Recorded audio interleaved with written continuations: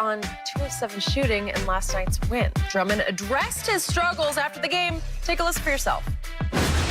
Offensively, it's probably just the worst I've played in my career. I'm still trying to figure it out here. I'm not allowing it to take me out of my game. I know why I'm here, which is to help this team defensively. Offensively, it'll come for me.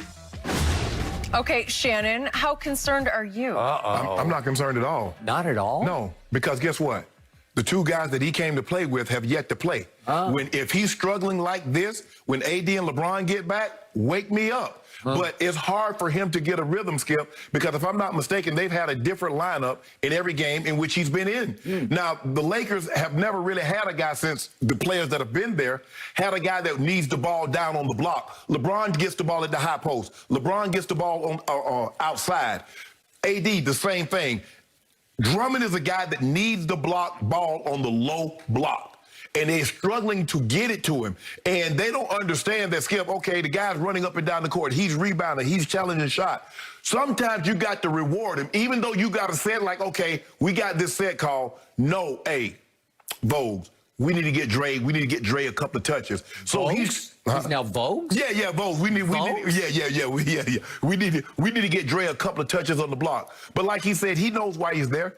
The rebounders hadn't stopped. He's still giving the Lakers 12 rebounds a game. Sure, you'd like to have him have somewhere between 8 and 12 points a game. But if he can continue to challenge shots, make it difficult inside for people, if he continues to give us those 12 rebounds, we're going to be just fine, because it doesn't matter what he's like playing with Tucker and Caruso and Kuzma and all those guys. It only matters if he still looks like this offensively when AD and LeBron comes. So I'm not concerned about Andre Drummond's offensive game, because it only matters once the big two comes back. Well, I thought Rondo could get him the ball right where... Oh, wait a second. Rondo's not there anymore. No, he's a Clipper. Right. And the Clippers have won 6 straight with Rondo. Oh, sorry. I digress. Well, they had won 4 straight before Rondo got into the lineup. But okay. But go ahead. I see your point. You're trying to go. Yeah. So, Kareem Abdul-Drummond, as I call him, the Lakers' savior, has now scored 3 points at Madison Square Garden and 4 points in a win. I'll give you that, in a win at Charlotte. How many rebounds he had in no game? And he had some rebounds. He had, what, 12 last night? Yeah. Well, that's interesting, because Bismack Biyombo had 12, and Caleb Martin had 10, starting at guard for the Charlotte Hornets. So it wasn't like Andre the Giant was dominating the post. Well, also, Skip, the last couple of games, Trez has not been himself. He's struggling offensively, and he also hasn't been able to get on the glass like he normally does, but he has a lot of turnover. So Trez hasn't played as well as we like to see him play the last 2 games. But Andre Drummond's going to be fine, because once AD comes back, once LeBron comes back, the floor will be spaced a little better. The little guys won't be able to get their hands in there and try to get the ball when he puts it on the floor. So don't worry about what you see right now. It only matters what it's going to be like at the end of the month, when old goat and baby goat is back. Okay. Well, just a day ago, I read a story in which Andre Drummond said that he had perfected his ability to finish while he was a Cavalier, that he'd worked hard on finishing at the rim. Right. And then I'm thinking, well, 3 points and 4 points. And I thought, wait a second. You perfected your ability to finish for a team that dumped you. They just said, we're done with you. Yeah, but Skip, that don't mean just because someone moves on from you, that doesn't mean that you don't work on your game while you're there. Okay, once they said, look, we're going to move in a different direction, we're not going to play you, he still practiced. He still worked on his game. He still perfected his craft. So even though his craft was no longer, his services would no longer be used in Cleveland, he knew he was going to get bought out, or he would get traded, and he would need to go somewhere and to be able to play. I'm just having a hard time computing the fact that you have called this man the Lakers' savior, and that the Cleveland Cavaliers, who aren't very good, decided to cut bait with him. Skip. So their reject is your savior? But here's the thing. Look at Dwight Howard. How many teams? Memphis didn't even want Dwight Howard. Atlanta moved on. Charlotte moved on. Houston moved on. L.A. moved on. Orlando moved on. No, but he had a late career rebirth with you. Okay, so what about JaVale? How many teams had JaVale McGee been on before he came to the Lakers? So are you telling me that Andre Drummond can't give us that, what they gave us last year? You didn't call JaVale or Dwight your savior last year. Skip, here's the thing. We need size. We need somebody. Look, what they thought they were going to get from Marc Gasol, they have not been able to get. This guy can play the pick and roll. He can hedge. He can also hedge and then get back and take away the roll. Andre Drummond is a better player at this current juncture than Marc Gasol. He's a better offensive player. He's a better defensive player. He's a better rebounder. That's what the Lakers need. Somebody that if they go against Nurkic, if they go against Yoke, if they go against somebody, DeAndre Ayton, he can battle them 22 to 26 minutes on a nightly basis. That's what the Lakers need. Skip, he doesn't have to be Shaq. He doesn't have to be Kareem. He just has to be better than what they had.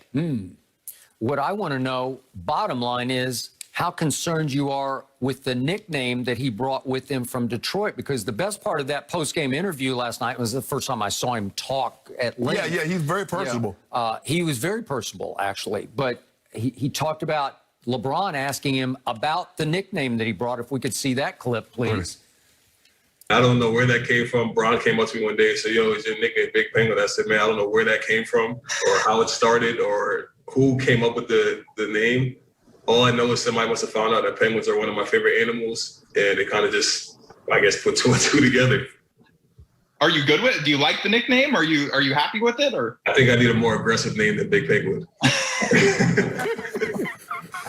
But for the kids, you can call me that. The kids can call me that. So you've been perpetuating that, Skip. You call him man the Big Penguin. Where did that come from? So he does love the movies Happy Feet and March of the Penguins. Right. Great movies. Yes. And he is infatuated with the penguins as a species. Other animals he loves, I'm sure. But the point is, it stuck in Detroit that he was called by his teammates the Big Penguin. So LeBron, to his credit, walks up early on and says, wait a second, is that really your nickname? Yeah. Well, don't you think he needs a more aggressive nickname? He didn't say, that's my big nickname. He said, I don't really know how that came to be. Skip, anytime you get a nickname, and being from the South, we give everybody a nickname. And you wonder, like, how did you get that name? And then how did it stick? Because there's a lot of times, Skip, I've given guys nicknames in college, and here it is 30-plus years later, and they still go by that nickname. So it's hard to shake a nickname once you get it.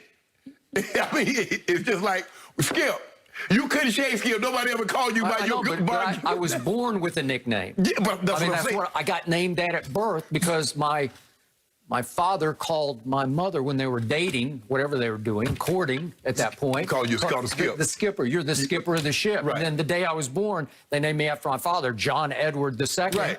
But my mother immediately said, here's your little skipper. Right. And that was it. Exactly. And that was it. I never got called John one day in my life. So I was stuck with the nickname from day one, literally day one. And that's kind of how it happens, Skip. It's kind of hard. You get a nickname.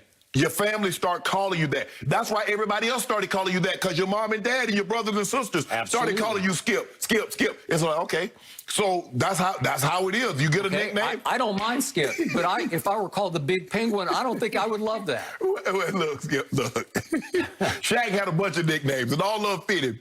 The Diesel, the Big Cactus, all those other names. Look, the man says he wants a more aggressive nickname. When he and LeBron get back, I'm going to start working on that, and I got something coming for you, Dre. Really? Yeah.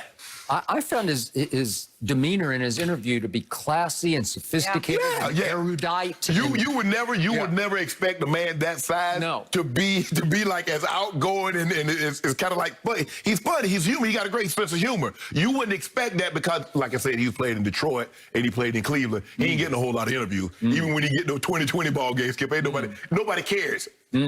But now he's on the big stage, showtime. Well, and that's why I have pity for him. Don't have pity for him. If you think the pressure is getting to him now, ain't no pressure. Wait until the quote-unquote GOAT and the quote-unquote baby GOAT are flanking him on the basketball court. That's pressure. Wait till that old master key come and unlock that offensive potential that Dre got. Really? Yeah, he coming. Rondo ain't walking through that door again. So not Rondo better than Bron. That's setting the table, he is. Don't do that, Skip. Yeah. Don't do that. He set the table for Bron in the finals last year. That's all I saw. Skip, why would you do that? Well, you know what he's doing for the Clippers. Skip, he's doing a great job for the Clippers. But see, doing a great job for the Clippers, and then talk about all of a sudden he set the table for LeBron and he's better than setting the table. Don't do that. Don't do that. Two things can be true. He can be doing a great job for the Clippers, but not what you said he did for the Lakers. Okay. Final point. Your savior, the big penguin, is 0-8 in playoff games. He said he wanted 0-8. Skip. He said he wanted a more aggressive name. You're not helping the call by continue to call it the big penguin. All right, he's Andre the Giant. Okay. I was impressed, though, by his interview. I feel like I just want to continue talking to him, have more conversations. And, Shannon, you've given me a lot of nicknames that I have to stick with. Jumpsuit Jen, Hallmark Jen. Yeah, they Midwest stuck. Mary. I mean, those are just, those are my names now. Yeah. It's official.